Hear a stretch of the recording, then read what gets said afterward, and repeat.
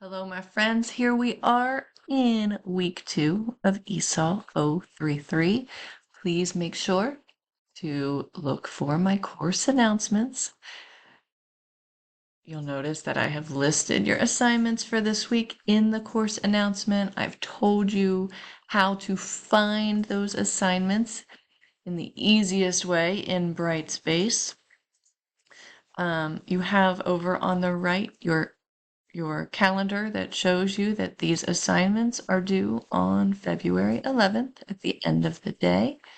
You'll notice that 2 of these assignments, the journal, what I learned from week 1 feedback, and assignment noticing the parts of a paragraph. Remember, we started those in class. Some of you finished those assignments and have already submitted them. So you will have either all 5 assignments to do this week, or perhaps you will only have 3. It depends on what you accomplished in class. As you know, to find your assignments each week, you will click on Content, and then you will move down in the menu bar on the left. You'll click on Learning Modules, Module 1, and here we are in week 2. You make sure to click on week 2 so you will see all of my instructions that I have left for you to help you out, okay? So take a look at our goals for the week, see how you're doing with those, especially once you're done with your assignments. Go back and see if you have accomplished these goals or objectives for the week. Here again is your list of assignments, all 5 of them, and under the list is where you can actually pull up your assignments. You will look for any assistance. Again, we looked at this assignment in class, so make sure you finish that and upload your Word document to Brightspace with the completed worksheet. I've given you here just some sentence writing instruction that you are welcome to look at. There is no submission here, but it might help you with your other assignments this week. Here is the journal, what I learned from week 1 feedback. Again, we looked at this in depth in class. Many of you have already submitted it. I'm very impressed that almost every one of you submitted this already. Okay?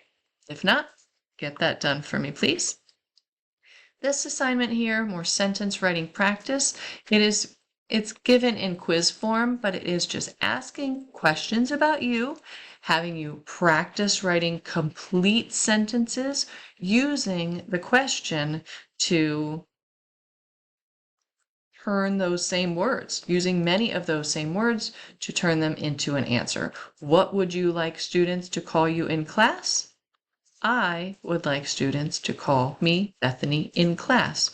Notice how I have used words from the question to answer it. Notice also, start to notice that we capitalize the first word of each sentence, and we use a period at the end of each sentence, a question mark at the end of any question. All right? Next, I'd like you to take a look at the chapter I showed you in class called Defining Goals.